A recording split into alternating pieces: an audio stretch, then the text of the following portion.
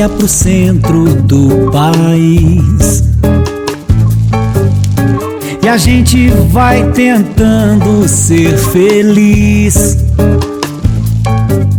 É aqui no centro-oeste brasileiro. Toma nota!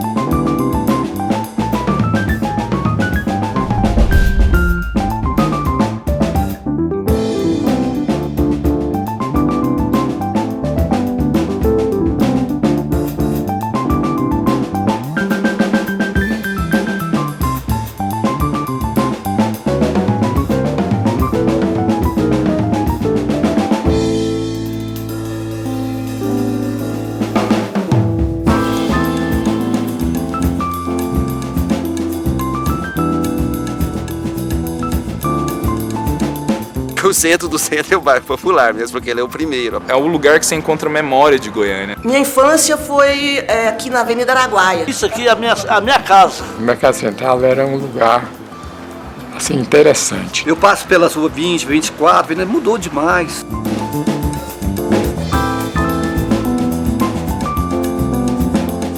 Quando eu cheguei aqui de Ipameri, que eu vim de Ipameri, em 1947 para 1948, nós viemos de Ipameri para Goiânia. E aqui, nós continuamos até hoje trabalhando aqui no mesmo lugar aqui. Quando eu saí de Goiânia, eu tinha, para chegar aqui, eu cheguei com 3 anos, em 55. Eu me lembro que a minha mãe chegou para mexer com o comércio. E lógico que naquela época menino não tinha muita modomia. Eu já comecei a trabalhar com 5, 6 anos de idade. Já engraxando o sapato com meu irmão, catando ferro velho. Eu sou de Orizona, minha esposa é de Orizona. Nós viemos para aqui, está com 50 anos que nós mudamos para aqui. Eu fui muito feliz em Goiânia, entendeu? Foi uma mudança que eu fiz de Minas para cá, lá do interior de Minas, perto de Uberaba, perto de Uberlândia, para ali, Nova Ponte, que hoje não existe mais, né? Fizeram a usina lá.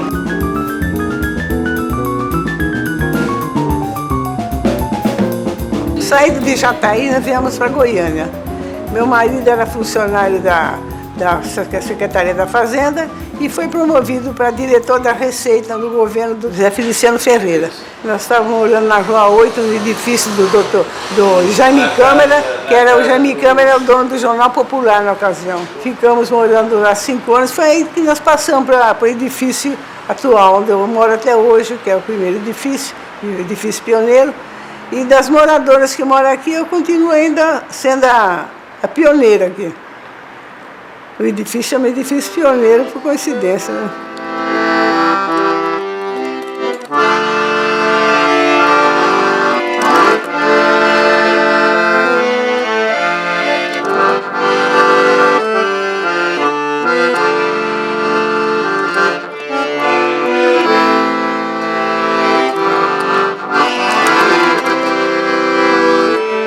O centro era tudo que estava só entre a Avenida Tocantins, Paranaíba e Araguaia até e Rua 10, e com os limites assim do centro. Mas tudo que passava abaixo, por exemplo, da Paranaíba, era bairro Popular. O bairro Popular iniciou a construção dele, né, assim que começou a construção de Goiânia, né, para colocar os trabalhadores que estavam trabalhando nas obras digamos, do que é hoje a Praça Cívica, principalmente. Do ponto de vista de localização, eu acho que o bairro Popular, bom, ele começa na Paranaíba e vai até a Independência.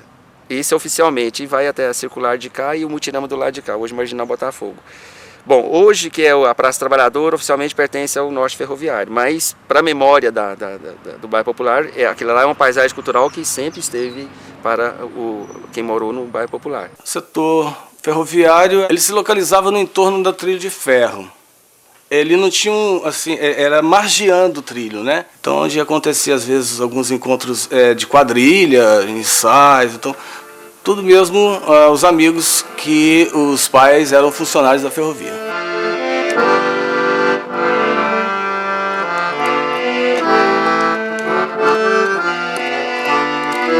setor assim que sempre precisou de um olhar melhor, né? Porque era um setor meio abandonado, por ser próximo ao centro, né? Próximo ali, setor bem próximo ao centro.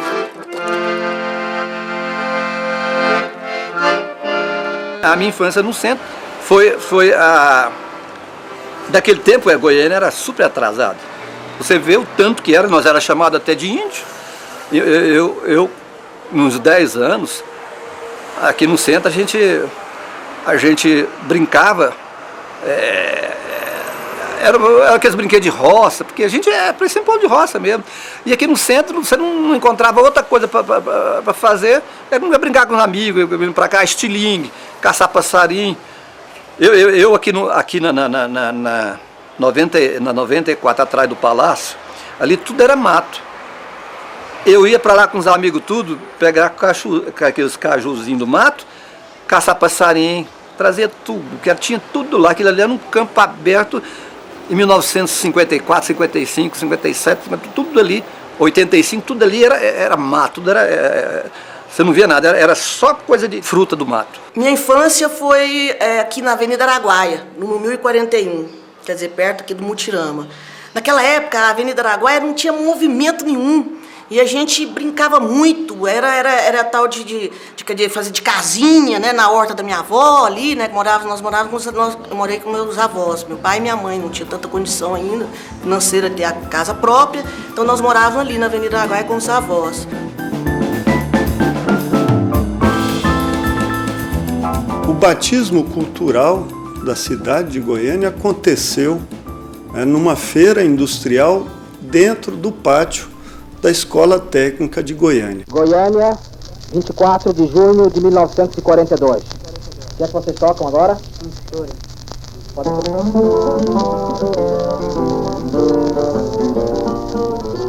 O prédio da Escola Técnica, que hoje é ali no bairro Popular, no antigo bairro Popular, no centro da cidade, ao lado de uma boa referência que é o nosso Parque Mutirama, né?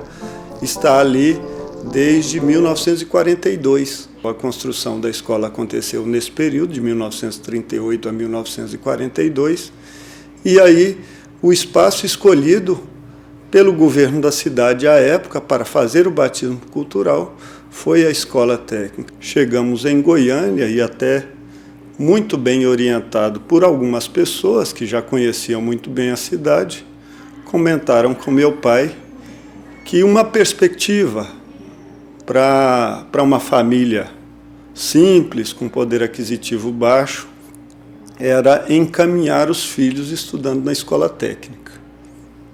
E assim aconteceu. Meu irmão mais velho passou no processo seletivo ainda para o ginásio industrial na década de 60 e acabou incentivando e arrastando todo mundo para vir estudar na escola técnica. Aqui os alunos, como eu estava dizendo no princípio, eram alunos muito humildes. Geralmente, muitos deles com lares desestruturados. Um professor que viu muito disso foi o Sandro Ramos de Lima, que foi diretor do teatro daqui, foi ex-aluno. A escola tinha uma intervenção ainda muito difusa no cenário cultural, no cenário de educação muito forte. A escola era uma referência muito grande. Escola técnica mexendo com arte. Era uma coisa que não entrava muito na cabeça das pessoas. Aí começava aquele negócio, estou gastando muito dinheiro com negócio de arte. Então, e como eu estava na direção, eu falei, eu não posso privilegiar meu grupo, porque aí a coisa fica pior ainda. Então, o grupo de arte sempre foi deixado dos piores lugares, vamos dizer assim, da escola. E depois, em 75, a escola foi dinamizando essa participação no cenário cultural de Goiânia e do Estado. Né? Muitas pessoas, ex-alunos, incorporando a vida cultural da cidade. Foi o melhor lugar que eu passei na minha vida. Eu passei 27 anos e meio aqui. Tá? Sem achar que jamais passar por aqui. Nunca me passou pela cabeça ser professor. Nunca. Foi mero acaso. Acontece que eu gostei.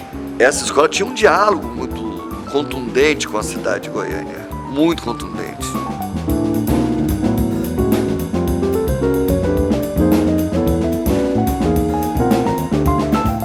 pouca gente sabe disso, o Liceu é a segunda escola a ser de ensino médio, né, ensino fundamental, a ser montada no Brasil. O primeiro é o Dom Pedro II, né, ele começou no chamado o Liceu de Goiás, que está até hoje, né, em Goiás, o Liceu de Goiás. E aí, com a construção da capital, a transferência da capital, ele foi transferido para cá. Tem até uma foto de 1937, que é esse prédio que hoje é tombado, né, pelo IPHAN, que em volta aqui não havia nada, só o liceu nessa construção, né, que houve de Goiânia de 37 a 40.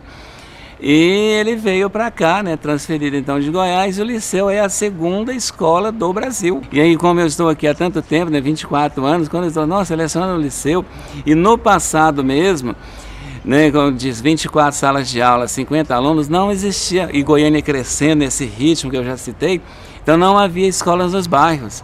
Então essa população que vinha de fora para cá, aí o que? Isso aqui tinha filas e mais filas no início do ano, para a matrícula.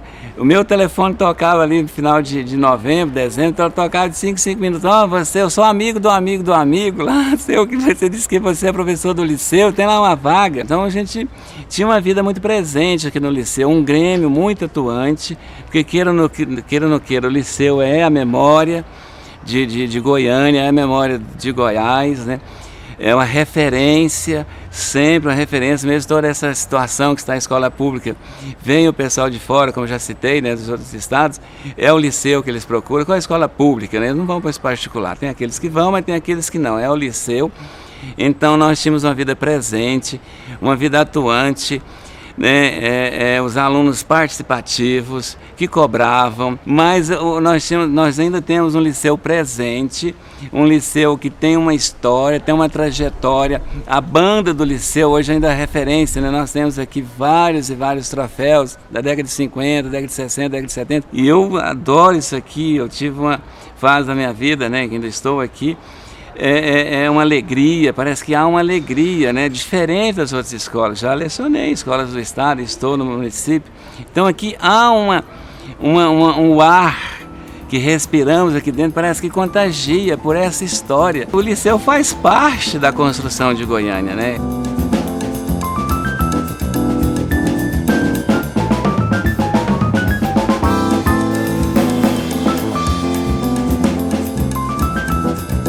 Tem 49 anos que nós estamos aqui no mercado. Eu sou o mais velho de idade do mercado, do bairro Popular, da rua 74. E o mais velho de mercado, que está fazendo 49 anos, né?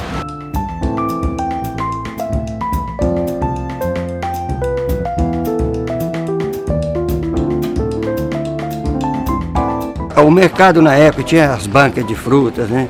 Que tinha tudo dentro do mercado. Tinha a banca de pastéis, até hoje está aí, que é a pastelaria do meu, né? Então o mercado aqui, não existia supermercado grande de Goiânia na época, era muito pouco, né? Então o pessoal só fazia compra aqui nesse mercadinho. Então aqui era o ponte da época. Quando eu comecei a trabalhar no mercado aqui, daqui até lá do outro lado, era banca de verdura. Era de madeira. Era duas bancas grandes para quatro, divididas para 4 pessoas. Tinha muito permissionário, sabe?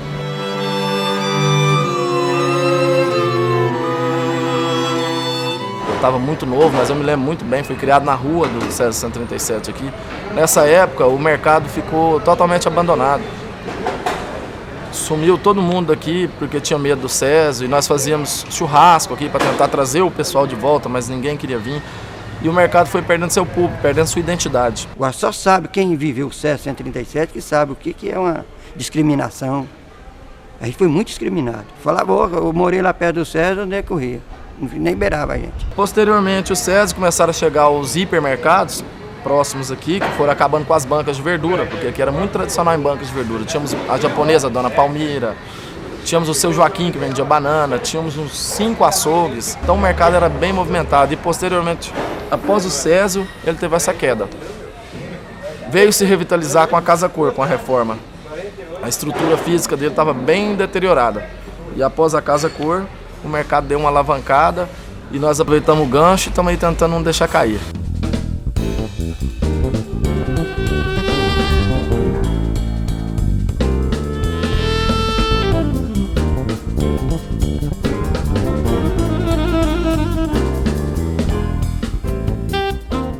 tinha lá na Rua 4, o Mercado Central tradicional. Tivemos uma trajetória que nós tivemos que passar pelo Patelon Center, do Patelon Center pelo Camelódromo, que é da Rua Anhanguera. Ficamos 13 anos esperando fazer um novo mercado.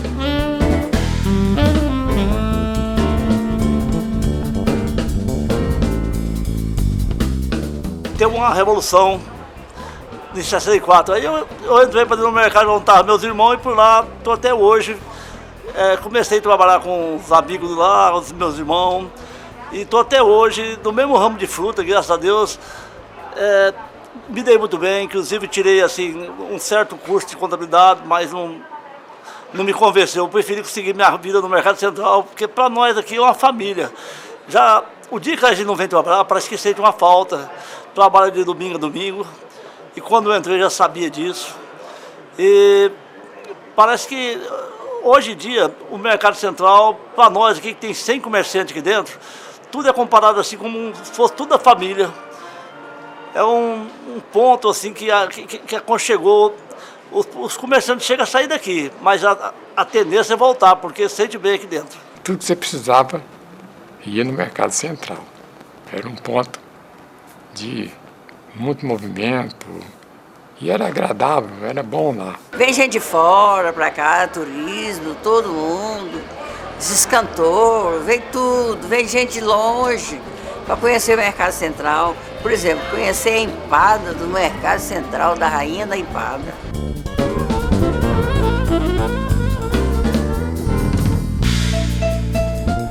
A Central talvez era a lanchonete mais histórica desse centro, que hoje ele ainda existe, mas mudou de local. Hoje, onde era o café, hoje é uma joalheria, parece, uma joalheria que alugou, comprou lá e destruiu o prédio. Mas o Café Central hoje é um bequinho só na Rua 7. Mas o Café Central era o grande, assim, no Café Central se reuniam políticos, sabe? Era matadores de aluguel. O Café Central era uma coisa maravilhosa, né? Maravilhosa mesmo, sabe? O poder passava pelo Café Central, o poder do Estado de Goiás passava pelo Café Central.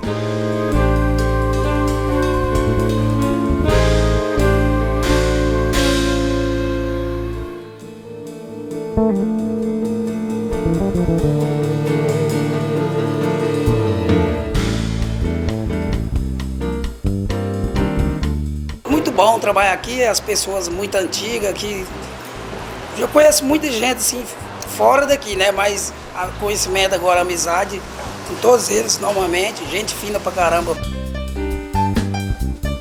Sempre estou comendo meu torresminho, pessoas que frequentam aqui há muitos anos, de 20, 25 anos, criei uma certa amizade, às vezes sento mais tarde, é seu Zé, seu Nil. O Narciso, com muitos anos, ele, que a gente pegou uma certa amizade com a cervejinha, que ele sempre atende bem e sempre mantém a tradição do torresmo. A fama é longe, vai longe. Faço uns 15 quilos, vendo tudo todo dia. E o churrasquinho que eu faço à tarde, da porta, tem um rapaz que faz churrasquinho. Eu sou feirante aqui no Mercado Aberto, mas antes de ser feirante eu frequentava aqui já há muito tempo mesmo. Desde a década de 89, dos anos 89, 90, por aí já. Eu adquiri família, formei tudo aqui, né? É uma vida, né? Mas eu passo, bem dizer, o dia aqui e trabalho de segunda a segunda. É puxado, a gente acostuma, né?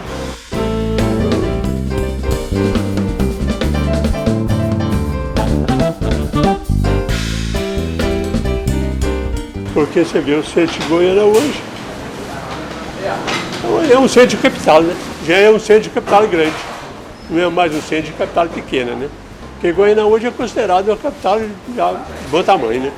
É quase 2.000 habitantes já, né?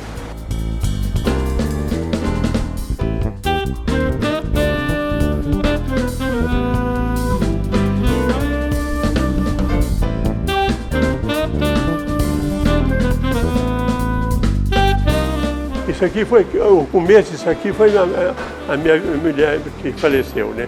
Ela que orientou tudo. Ela foi a figura principal que convidou para nós montar esse negócio. Entendeu? Ela falou, vamos montar isso aqui que eu mesmo vou fazer e nós vamos progredir. Quer dizer, tudo isso aqui parte dela, da mãe dos meus filhos, entendeu? espera um pouco. Não atrapalha. Então é o seguinte, eu devo isso aqui a Deus e ela que orientou e fez, e fabricou e vendeu. Né? Tudo a minha vida dependeu disso aqui, meu começo. Você vê, eu tenho 5 filhos, né?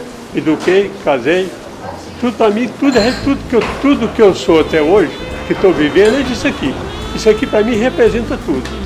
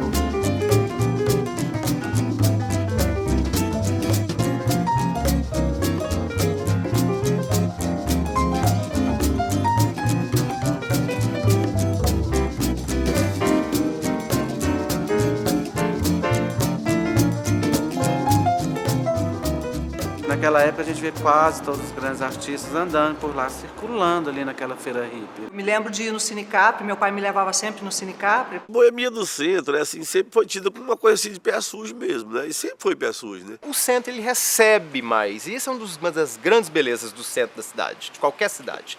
Ele recebe melhor as pessoas. Eu com os meus amigos, a gente ia para as festas e ninguém tinha carro, ninguém tinha moto, ninguém tinha bicicleta, ninguém tinha nada. Então a gente andava esse miolão assim da cidade a pé o tempo todo. E a minha relação com o centro também é a relação dos cinemas, porque ali em volta de onde eu morava, quer dizer, o Cine Ouro, o Cine Capri, Cine Astor. Então, assim, eu frequentei todos esses cinemas desde pequena. Eu me lembro de ir no Cine Capri, meu pai me levava sempre no Cine Capri para assistir Trinity, que era aquele western, né? Aquele filme de cowboy que eu adorava. E eu via também as sessões do Tom e Jerry, que ele também me levava. O Cine Capri foi bom porque era bem em frente da minha casa, né? E de vez em quando a gente ia ao cinema, só atravessava a rua, já chegava no cinema, né? Era o Cine Capri aí. Os dois grandes cinemas que tinham, assim, digamos, que a sociedade ia, que o Pedro do Vico frequentava, era o Cine Teatro Goiânia e o Casablanca, que virou uma igreja evangélica horrorosa ali na Rua do Lazer. Sempre chegavam as peças de teatro, naquela época vinha a Bibi Ferreira, aqueles artistas frequentavam, tinha ótimas programações no Cine Goiânia. São as pessoas civilizadas. A gente, no meu tempo, para assistir filme, ir no cinema, tinha que entrar de gravata, terno e gravata.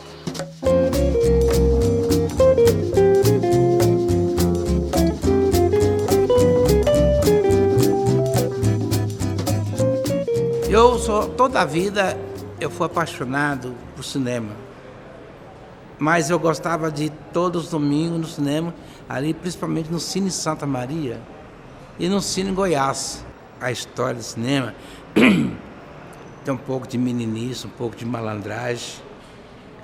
A gente tinha que adquirir aquilo que a gente queria naquele momento. Mas aí é o seguinte, eu pegava aquela revistinha, Pat Donald, aquelas revistas de cowboy, Rockland, Rex Alley, Gin da Selva. Eu comprava aquela revista, lia, punha aquele monte no braço e ia para a porta do cinema para vender. Para poder tirar meu dinheirinho para entrar no cinema. Até chegar um certo dia que o diretor da Impressão Teatral Paulista mandou fazer, por exemplo, limpeza lá, no balcão do Cine Santa Maria. Aí eu comecei a trabalhar alegre da vida, porque hoje eu estou trabalhando no cinema, alegre da vida.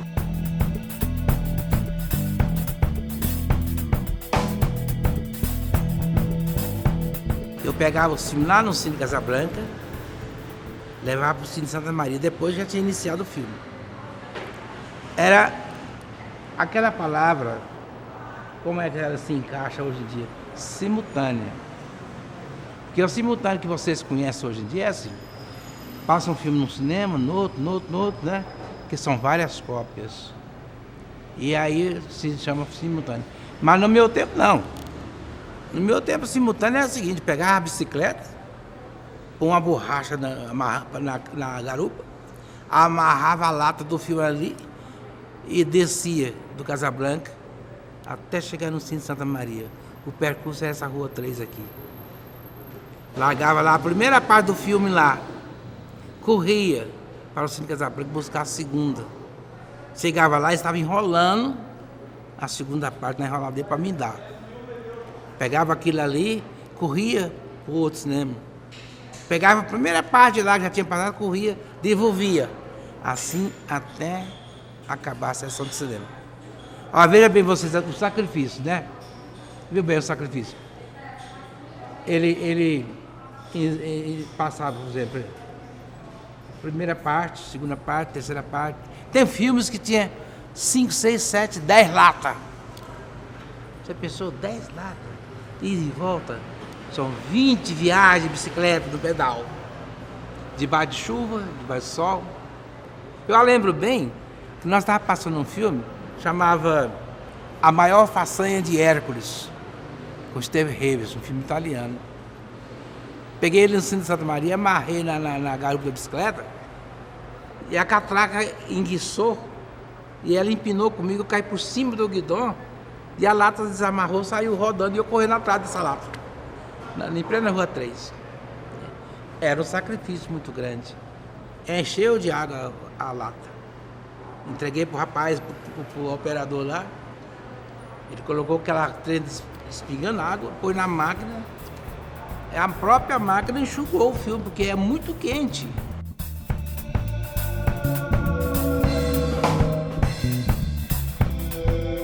O centro de Goiânia tem uma coisa que eu mais lamento a perda, são os cinemas. Porque eu desde adolescente gostava muito de cinema, né? Assistia cinema no interior, assistia cinema no Mutirama. Cinema me acompanhou, né? Me acompanhava. E eu normalmente trabalhava no sábado até meio-dia, 1h, e ia pegar a matinê. Ali tinha o Cine Ouro, tinha o Cine Capri, tinha aquele cinema ali da Rua do Lazer, da Rua 8, da Rua do Lazer, que na época não era... Hoje é uma igreja. Por um período ele foi um cinema pornô. Mas antes disso ele era um cinema normal, né? Tinha o Cine Presidente, que era no Hotel Presidente, em frente ao Jockey Club, tinha uma sala de cinema, do lado das lojas americanas. Então eu lamento muito essa perda, porque, primeiro, tirou do centro uma opção de lazer muito bacana, sabe? E acessível, porque a maioria das linhas de ônibus passam pelo centro da cidade. Hoje, se você quiser ir no cinema, você tem que ir para um shopping, pagar muito mais caro. Muitas vezes a logística para ir é diferenciada, para quem mora longe é difícil. Enfim, tornou-se uma coisa excludente. E é uma coisa que eu lamento, sabe? O mundo vai mudando, a sociedade, de uma certa forma, acha um jeito de ganhar mais dinheiro, então o cinema, a sociedade capitalista, né? Os cinemas talvez não fossem tão rentáveis, não sei. Mas é uma perda muito sentida por mim, né? E acredito que por muita gente que teve a oportunidade de viver esse período.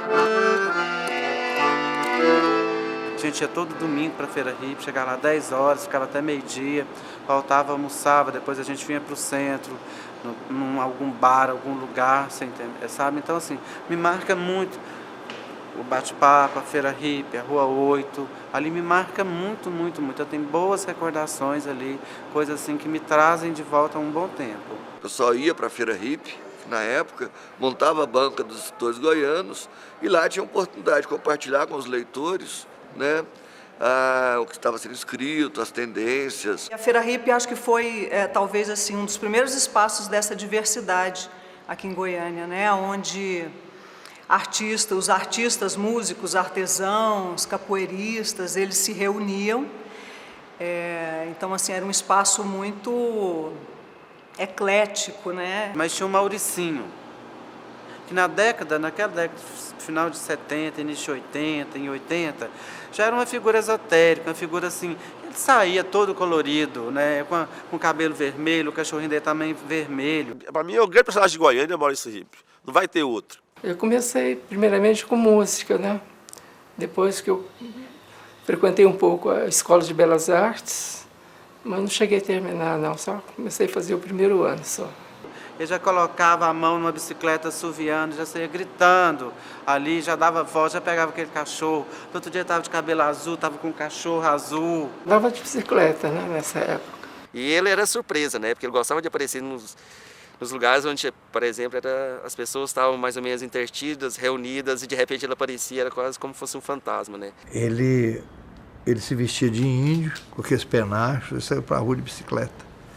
Entendeu? E paz e amor, falando pro povo. Ele é inofensivo. Como se fosse um clássico artístico ambulante, né? Distribuindo beijos e flores para a cidade, mas ao mesmo tempo dando um tapa na cara em relação à diversidade comportamental, né? Do exercício da sexualidade e de tudo mais. Então, assim, né? E que sofreu, né? Todos os abalos que ele sofreu de preconceito e que ainda assim, né? Produziu um encantamento. Algumas pessoas achavam interessante, outras já não gostavam. O discurso dele era esse, né? Muito de proteção do meio ambiente e de não ao consumismo, não a essa corrida capitalista de você ser visto pelo que você tem e não pelo que você é. O Maurício, ele era um cara que começou nos anos 60, quando o pai dele expulsou ele de casa porque ele pintava, escrevia poesia, e era artista, e o pai dele era contra o que ele fazia. Então o pai dele pegou tudo que ele tinha de obra, de poesia, de telas e tal, e colocou fogo, fez uma fogueira. E o Maurício pegou todas as roupas que ele tinha normais e fez outra fogueira do lado. A partir desse dia ele começou a fabricar suas próprias roupas. Não era hippie, não era drag, não era nada travesti, não.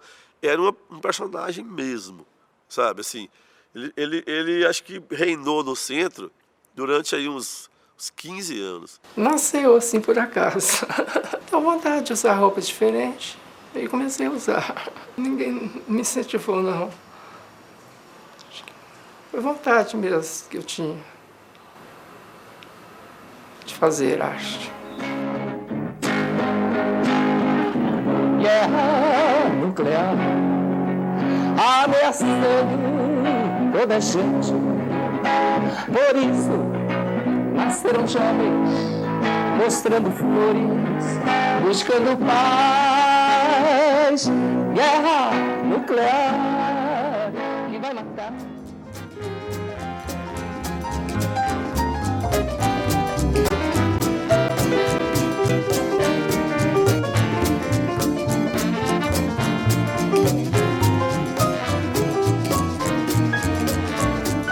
Essa coisa me nasceu de eu mexer com teatro. Foi como eu falei para você. Eu devia ser adolescente, a primeira vez que eu vesti para fazer um espetáculo dentro da minha escola, onde eu estudava. E eu vi que essa forma de vestir de mulher era uma forma engraçada. Eu juntei o transformismo com o artista e se transformou na Amargosa. Eu me visto de mulher. Eu vou ser franco para você, eu não me sinto mulher. Sabe, tanto é que o Amargosa é um personagem totalmente estrambelhado. Mas eu quero agradecer aos grandes patrocinadores que eu tenho. Eu quero agradecer a Gol, Grande Ônibus Lotado, que me traz aqui por R$1,35. Eu tenho outro patrocínio que é maravilhoso, que é a Sintrago, Sindicato das Travestis de Goiás, que patrocina os outros R$1,35. Mas assim, eu me visto, eu sei me portar como mulher e tal. Mas a minha alma pode ser feminina pelo fato de eu ser homossexual. Mas assim, eu me vestindo de mulher, eu não sou mulher, você entendeu? Eu acho que eu sou um homem que está vestindo de mulher.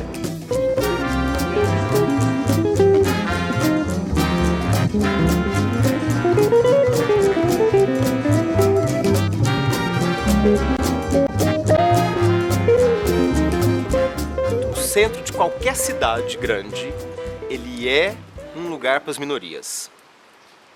Ele é um lugar de minorias. Embora nós, os gays, eu não sei se nós somos minoria. Talvez em número, mas em questão de Iniciativas, talvez a gente não seja tão minoria assim, né? Então eu acho que o centro, ele tem um campo mais fértil e menos cuidado, menos observado, para que a gente fique à vontade, para que a gente faça o que a gente achar, para que você sente. Então o centro, ele recebe mais, e isso é uma das grandes belezas do centro da cidade, de qualquer cidade. Ele recebe melhor as pessoas. O melhor talvez não seja da forma mais confortável.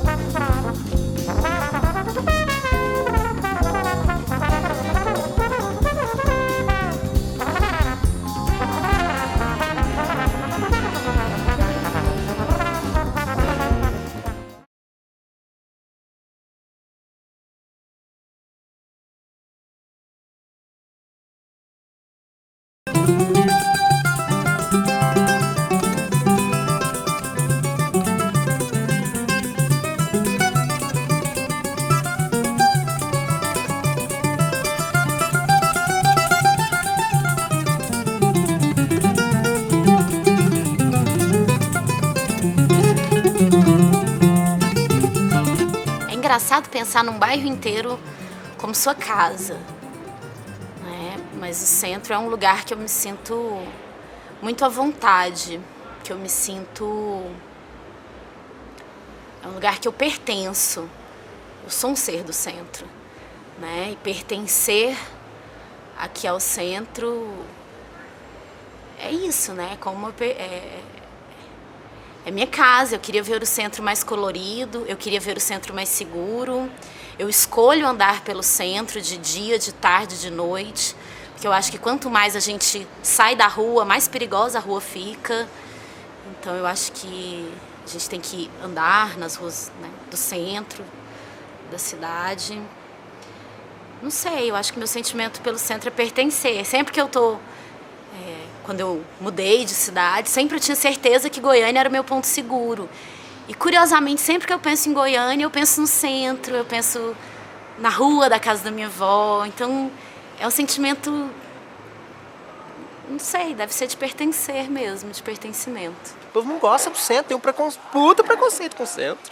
Ou porque é violento, ou porque é sujo, ou porque só tem crack, ou porque... Quer dizer, a gente que tá lá, inclusive, assim, ninguém sabe que tem gente morando no centro e que vive bem no centro e que gosta do centro. As pessoas não sabem. E o preconceito é muito grande com o centro. Quando você fala assim, onde você mora? No centro. Agora fala assim, onde você mora? No setor oeste. Ah, você mora lá? Vamos ser verdadeiro? Não é assim? E eu sou feliz de morar aqui.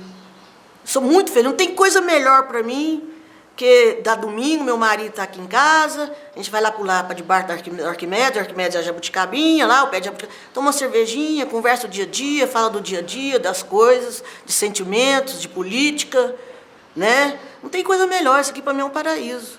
Quando eu saio daqui, que eu saio, eu fico doido para voltar, para voltar no mesmo lugar, para mim continuar. Como eu saio final de semana, eu já toda para lá. Eu estou voltando no meu lugar, estou voltando para o meu serviço, onde eu gosto, é onde eu quero estar, onde eu sinto bem. Então é uma coisa bonita. A única importância que teve para mim foi que eu passei durante esses 34 anos que eu estou aqui, né? Daqui é que eu tiro o sustento para minha casa, mas o resto, para mim, não sinto nada, não vejo nada, entendeu? Esse centro aqui, eu não acho que tenha jeito. Eu tenho um amigo aí, o Zé Carlos, ele me falou que tem jeito, mas só por milagre não tem jeito. Para mim, eu não vejo de onde que eles vão tirar recursos para mudar o centro de Goiânia. Para mim, acabou. O Estádio Olímpico, o governador destruiu ele, que ele está destruído, agora está sendo foco de mosquito da dengue, né? Então, aqui o centro, para mim, acabou. Isso aqui está arrasado, está acabado. Mas eles vão lutar para revitalizar, mas eu não acho que tenha jeito, não. Não acho. Eu não vejo nenhum problema, sabe, revitalizar o centro, sabe? Porque você tem muitos prédios aí ainda que são belíssimos, cara. Se você pega, por exemplo, um estabelecimento comercial que tem em qualquer lugar ali do centro, em vez de você colocar aquela placa dele horizontal, você faz ela vertical, pequenininha, bonitinha, sabe como é que é? E recupera toda aquela aparência daquele prédio, sabe? Você faz isso tranquilamente. E a prefeitura pode fazer isso, cara. Os outros lugares, reduz um pouco o IPTU desse povo aí, entendeu? Durante um tempo, sabe? E eles mesmos vão fazer isso, você envolve, sabe, a população nisso daí, eles vão fazer. Goiânia é uma cidade bonita, uma metrópole, você vê muitas praças longe, tudo bem revitalizado, mas aqui no centro histórico está abandonado e que precisa urgentemente, né, mudar esse cartão postal da cidade, que é de grande importância.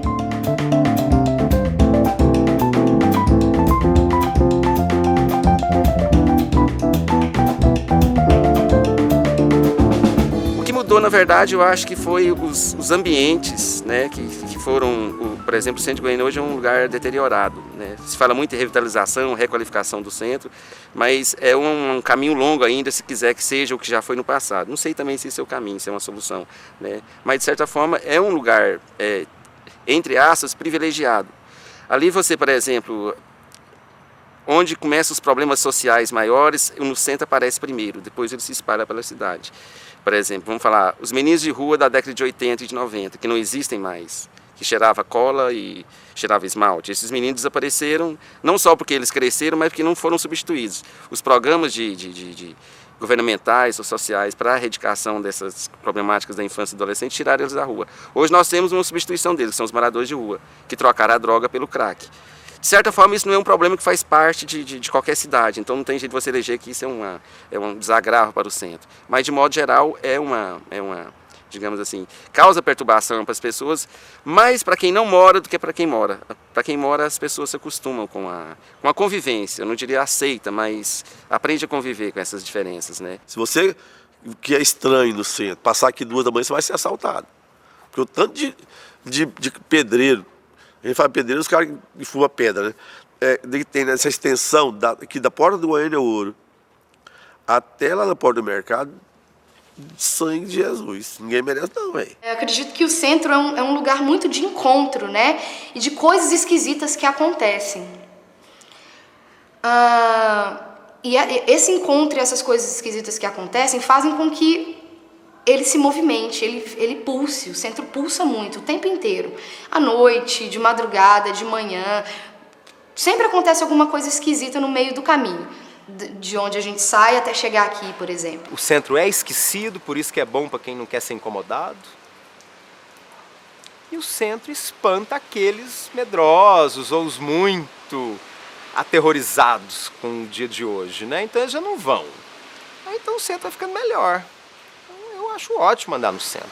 Goiânia tem tudo para ser e não é, sabe? Tem tudo para ser. Tem um povo bonito, tem uma topografia bonita, tem boas ideias, tem um povo que tem vontade, mas nós nunca tivemos governos que prestassem. Assim, nós nunca tivemos um governo decente, nunca. Desde o Conde dos Arcos, nós nunca tivemos um governo que preste. Difícil não querer bem a sua casa, né? Eu nasci em Goiânia, eu tenho um sentimento profundo por ela, não penso em sair daqui por nenhum outro lugar. Então, é uma cidade que me dá muito prazer, tenho muito amor por ela e é aqui que eu vou ficar.